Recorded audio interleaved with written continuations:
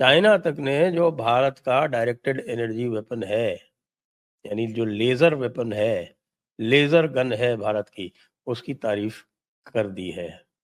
भारत ने अपनी 2 frigate launch की हैं, आईएनएस उदयगिरी और आईएनएस हिमगिरी।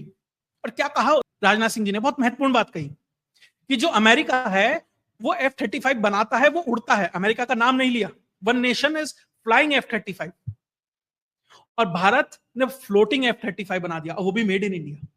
तो ट्रंप के टैरिफ लागू हो गए, लेकिन मोदी जी टस से मस नहीं हुए।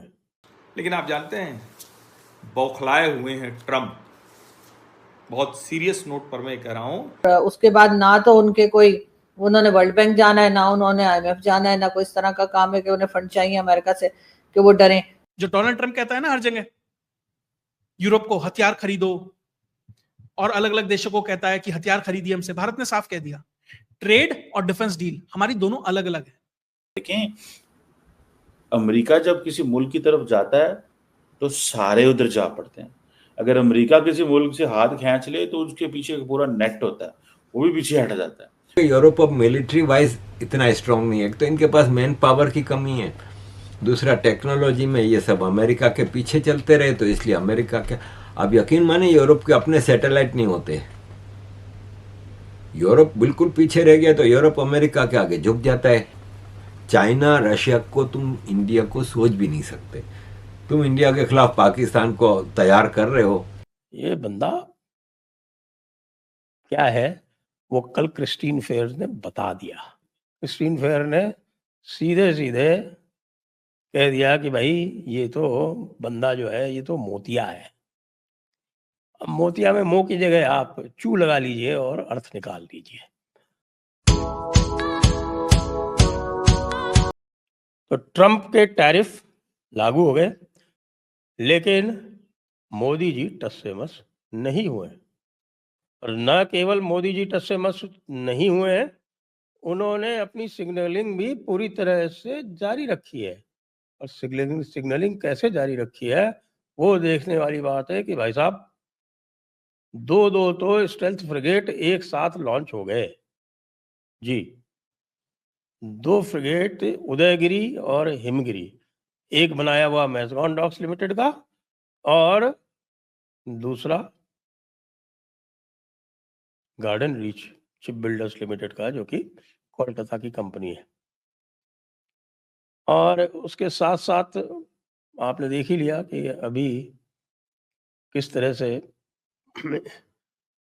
IADWS यानी integrated air defence weapon system वगैरह वगैरह, ये सारी चीज़ें जो है वो कर रखे हैं हम लोगों ने। और बैलिस्टिक मिसाइल डिफेंस का AD2 इंटरसेप्टर फैब्रिकेशन भी चल रहा है। उसके अलावा DRDO के दुनिया भर के प्रोग्राम्स चल रहे हैं, स्टार्टअप्स के तो इतने प्रोग्राम्स चल रहे हैं, खासतौर से ड्रोन्स के, कि लोग जो हैं वो भारत को ड्रोन कैपिटल तक कहना आरंभ कर चुके हैं। कह रहे कि साहब कि अगर देखना है वाकई कि क्या कटिंग एज डेवलपमेंट हो रहा है ड्रोन टेक्नोलॉजी में, तो उसके लिए चाहो तो भारत जाओ। फिर ये जो सैफरान वाला जो धक्का लगा है इनको, तो सैफरान वाला बहुत तगड़ा धक्का लगा है। उसमें पूरी तरह से जो 120 किलो न्यूटन का जो इंजन है वो, उसको ये भी इंडिकेट कर दिया गया है कि अगर अमेरिका के G414 ने अगर कुछ उल्टा पुल्टा किया, क्योंकि देखिए G414 के जो TOT यानी टेक्नोलॉजी ट्रांसफर की बात है वो कांग्रेस से अप्रूव हो चुकी है, इसलिए टेक्निकली तो कुछ दिक्कत होनी नहीं चाहिए। और यहाँ तक कि आप देखिए कि चाइना तक ने जो भारत का डायरेक्टेड एनर्जी वेपन है, यानी जो लेजर वेपन है, लेजर गन है भारत की, उसकी तारीफ कर दी है। भारत MiG-21 को रिटायर कर रहा है, Tejas mark 1, mark 1A, mark 2, AMCA सब कुछ भारत में बन रहा है। तो निश्चित रूप से अमेरिका की हालत तो पतली ही कर दी है भारत ने। अभी कल एक ट्रंप का एक आया था क्लिप, और उस क्लिप में क्या लिखा जानते हैं आप? उस क्लिप में ट्रंप कह रहे हैं, well I am virtually the president of Europe. and you saw how everybody was sitting around here and agreeing to whatever I was saying. So I am virtually the president of Europe. तो वो बंदा अपने आप को president of Europe समझने लगा है। तो जिस बंदे का दिमाग इतना खराब हो, उसको मोदी जी लिफ्ट क्यों दें? क्योंकि मोदी जी ने अपनी जो पोजीशन है वो स्पेल आउट कर दी है। टैरिफ हम निपट लेंगे, ठीक है, थोड़ा बहुत शॉर्ट टर्म झटका हमें लगेगा, लेकिन वो झटका उस झटके से कम होगा जो यदि हम अमेरिका के प्रपोजल्स, ट्रेड प्रपोजल्स हम मान लेंगे, उससे लगेगा।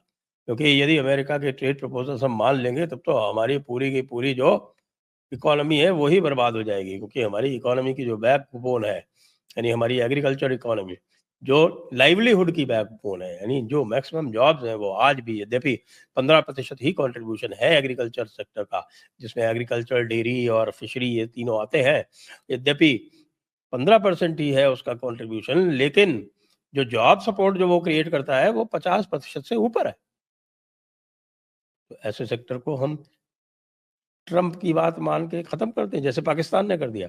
पाकिस्तान में यही बात चल रही है कि साहब कि हमने तो ट्रंप की सारी बातें मान ली, हमने तो सब चीज़ें अपनी 0% पे कर दी, अब यहाँ पर जो है वो ट्रंप कुछ भी बेच सकता है, हम उसके ऊपर टैरिफ नहीं लगा सकते, और ऊपर से हमको ऑयल खरीदना है तो हमको अमेरिका से खरीदना है।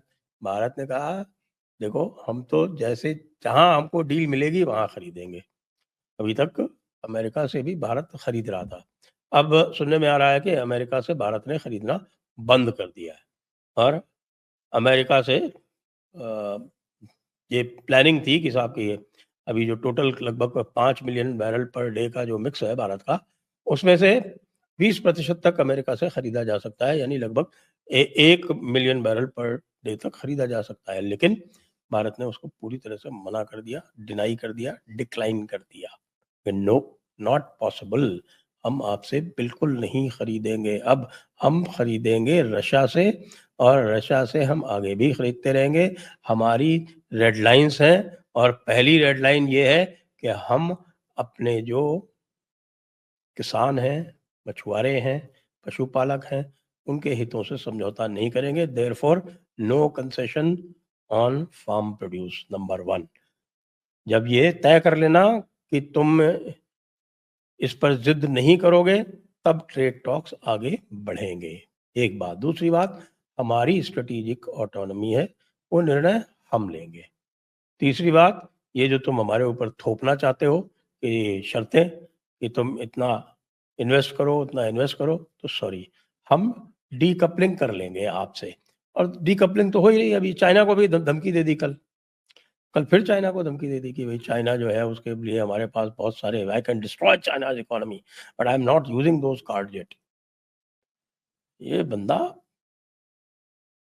क्या है, वो कल क्रिस्टीन फेयर ने बता दिया, और सीधे सीधे कह दिया क्रिस्टीन फेयर ने, हालांकि क्रिस्टीन फेयर कम पागल नहीं है, लेकिन क्रिस्टीन फेयर ने सीधे सीधे कह दिया कि भाई ये तो बंदा जो है ये तो मोतिया है।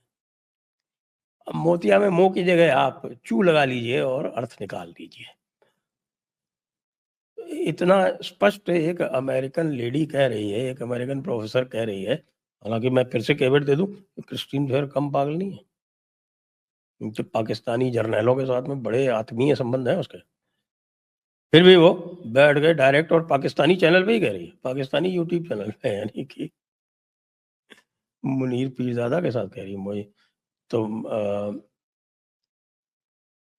ऐसे में हमें अब आराम से बैठना है, और आराम से बैठ के फिर हमें तमाशा देखना है कि किस तरह से ये जो ट्रंप का तमाशा है उसकी धज्जियां, अभी जो एससीओ का सम्मेलन होने वाला है जिसमें भारत और चीन और रूस, ब्रिक्स की 3 महाशक्तियां भी मिलेंगी और वहां पर आपस में बातचीत करेंगी, तो वहां कोई कॉमन स्ट्रेटजी की कोई रूपरेखा जो है वो सामने आ सकती है।